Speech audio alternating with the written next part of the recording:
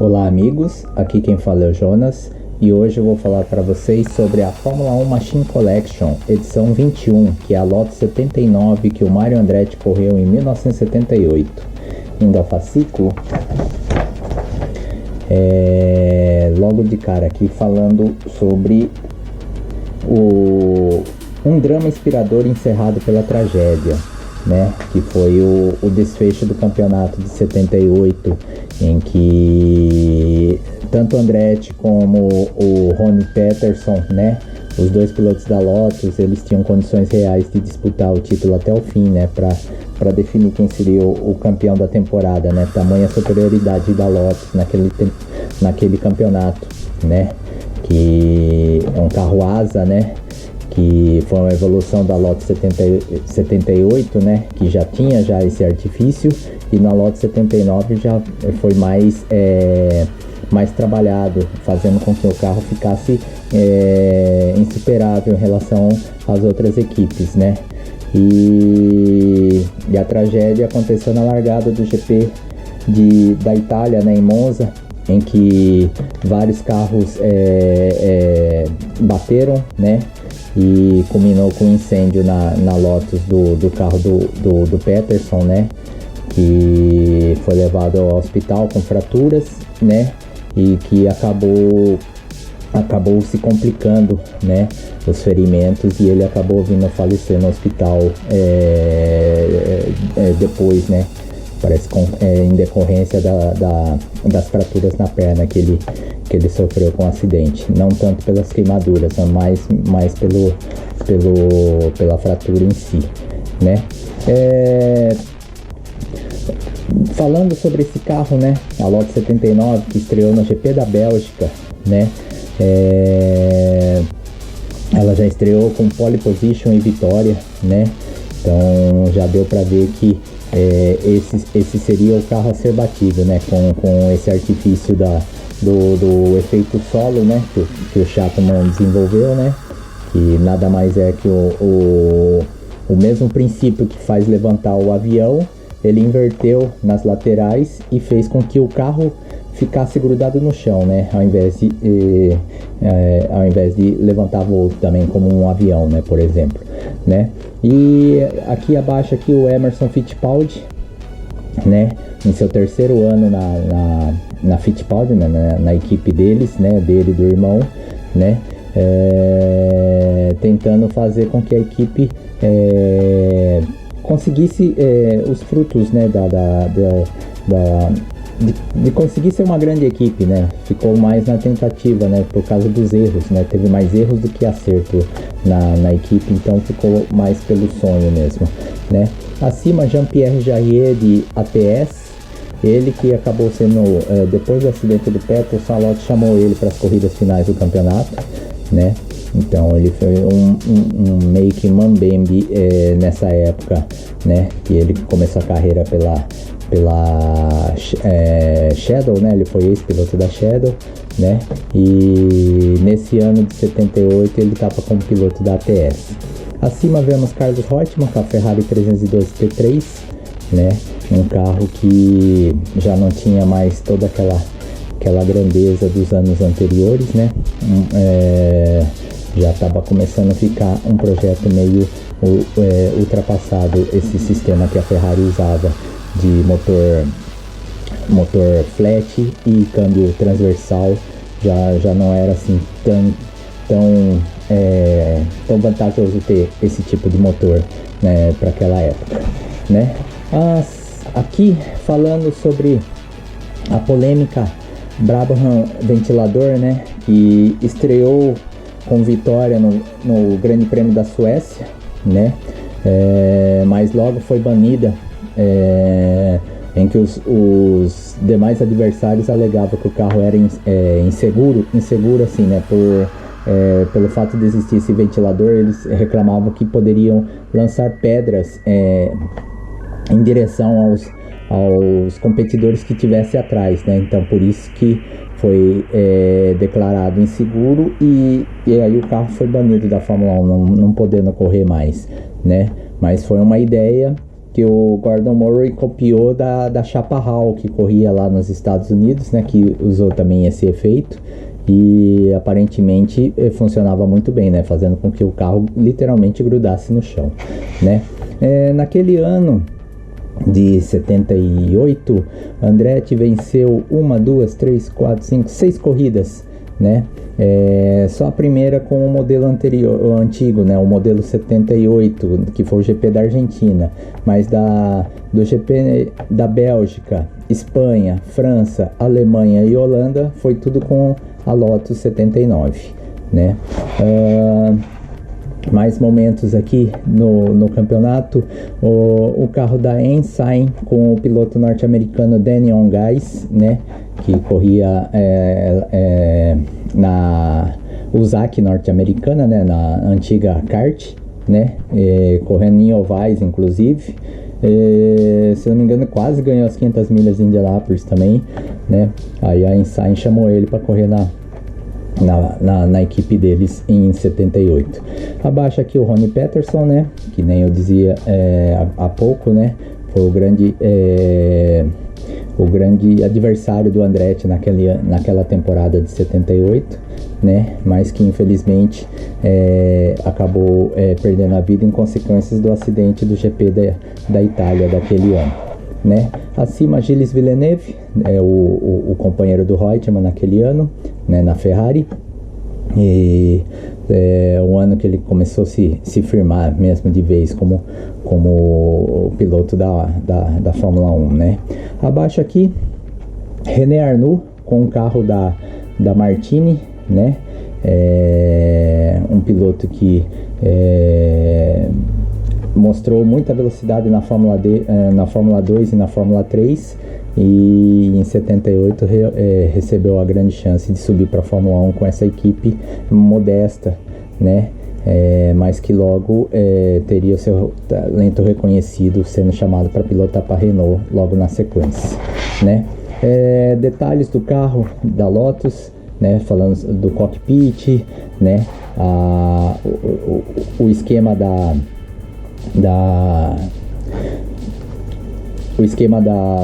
do efeito solo, né, que eles usavam, né, com a lateral aqui ela tinha um movimento, né, que fazia com que subisse e descesse as saias, né, então isso gerava muito mais pressão do que os outros carros tinham, né, e efeitos técnicos dele, ele era um carro com motor de 2.997 centímetros cúbicos, né, um V8 a 90 graus, né, um Ford Cosworth DFV, né, o famoso, com 485 HP de potência a 10.500 RPM, um duplo comando de válvulas com 4 válvulas por cilindro, injeção da Lucas,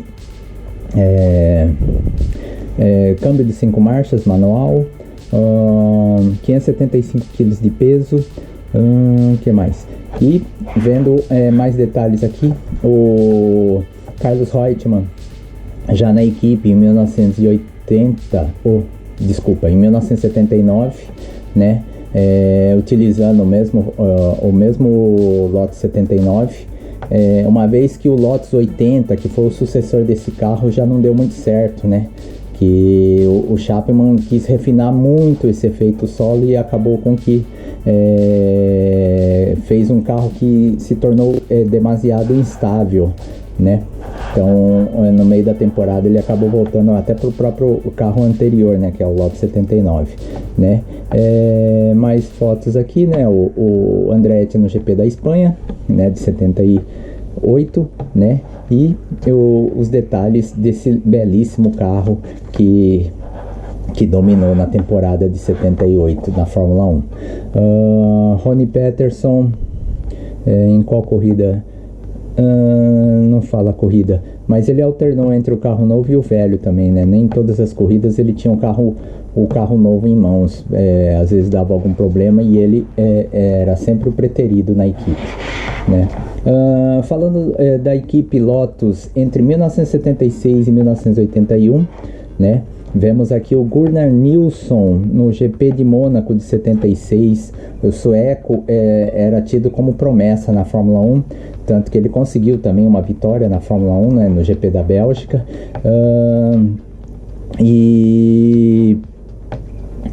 Só que infelizmente a carreira dele foi encurtada em decorrência de um câncer que ele descobriu já em estado avançado, que acabou fazendo com que ele perdesse a vida, né? Aqui abaixo, no GP da Suécia de 77 ou de 1976, com uma Lotus 77, Mario Andretti pilotando, né? E outros momentos aqui também, no GP da Itália, nos treinos do GP da Itália de 78, aquele que culminou com o acidente na largada, que vitimou o Ronnie Peterson, né? Acima aqui vemos o Paul Ricard, Mario Andretti com o Lotus 78, né, a versão anterior. Foi um carro que já começou a mostrar bastante velocidade, né? E o refinamento da 79 em cima da 78 mostrou todo esse potencial do carro, né? Em 1980, Mario Andretti com a Lotus 81, né? Já a equipe já não estava mais no seu auge, né? Já outras equipes já dominavam na época, mas mesmo assim a Andretti ainda correu em 81. E aqui vemos o Nigel Mansell em 1982 com a Lotus 87, né? Ele recém-contratado na equipe, né? Ele começou em 81 como piloto de testes e em 82 em 80 como piloto de teste. Em 81 ele já começou na equipe e ele ficou até o final de 84 pela equipe. E aqui o Lotus 88, o Lotus 80, né, que foi o carro que foi um tiro no pé das ideias do Colin Chapman, né? A ideia dele é que a lateral funcionasse como praticamente a asa do carro, né? Tanto que no projeto inicial o carro não teria nem asa dianteira nem asa traseira, né? Só que a ideia não funcionou, o carro era instável demais e se viu obrigado a usar novamente as asas, até chegar ao ponto de ver que esse carro não tinha solução e voltar para o modelo anterior, que era o Lotus 79, né? E falando sobre circuitos, o circuito de Estoril em Portugal, uma pista que a Fórmula 1 esteve por muitos anos, né? De 84 até 1996 eles tiveram corridas ininterruptas lá, e pista com boas memórias para os brasileiros, né? Ayrton Senna fez a primeira vitória dele ali, né? E sempre vimos grandes corridas nessa pista sinuosa e estreita, mas que dava um certo espetáculo até na época, né? E falando sobre história, o campeonato de 1970, em que tivemos um título póstumo ao Jochen Rindt, que morreu nos treinos do GP da Itália de 1970, né? E que acabou levando o título póstumamente após uma ajuda brasileira, né, que o Emerson Fittipaldi venceu no GP dos Estados Unidos e impediu que Jack Ickx tivesse as chances reais de se tornar campeão naquela temporada, né? Nessa foto aqui vemos o outro alemão, o Rolf Stommelen, com uma Brabham BT33, né? E abaixo aqui o Ickx, que era o grande adversário do Jochen Rindt, que vinha aqui atrás naquela temporada. O campeonato de pilotos terminou com Jochen Rindt pilotando a Lotus 49C e a Lotus 72 Ford com 45 pontos, campeão. Seguido do Jack Ickx de Ferrari 312B com 40 pontos. E em terceiro lugar ficou o Clay Regazzoni com Ferrari 312B com 33 pontos. E mais fotos aqui, vemos o Graham Hill pilotando em Jarama uma Lotus 49, pela equipe do Rob Walker, né? Uma equipe satélite que na época usava chassis Lotus, né?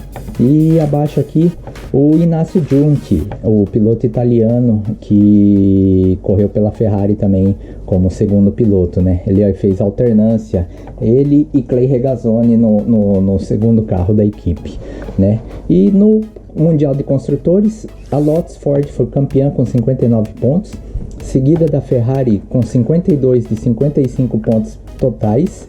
Em terceiro ficou a March Ford com 48 pontos. E na próxima edição da Fórmula 1 Machine Collection será a Jordan 191, que o Michael Schumacher fez sua estreia na Fórmula 1 em 1991. Eu vou dar um corte na câmera aqui e vou mostrar para vocês o slideshow dessa customização que eu fiz nessa miniatura, e depois eu volto para a miniatura.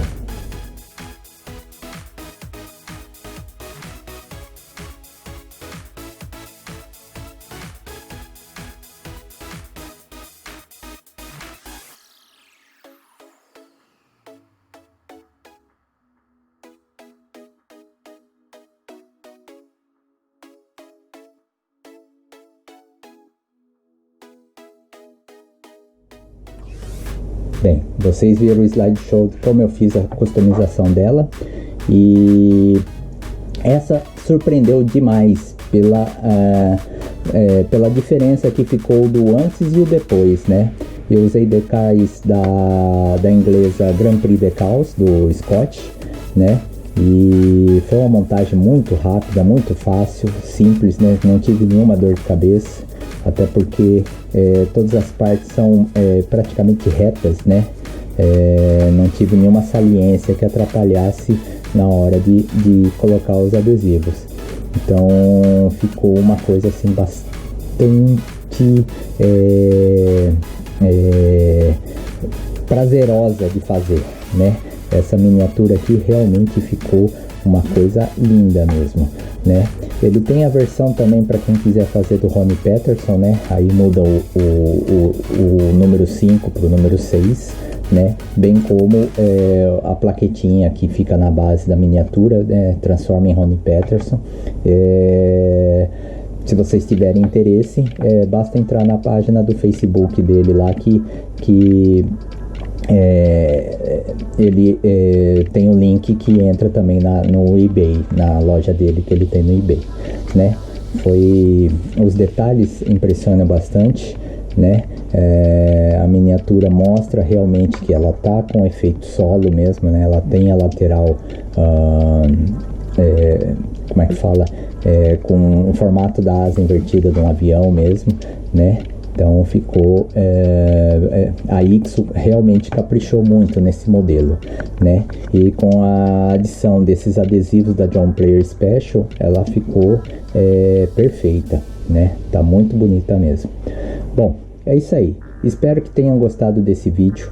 Continuarei fazendo vídeo dessa e de outras coleções. Continue acompanhando. A todos vocês, fica o meu abraço e até a próxima.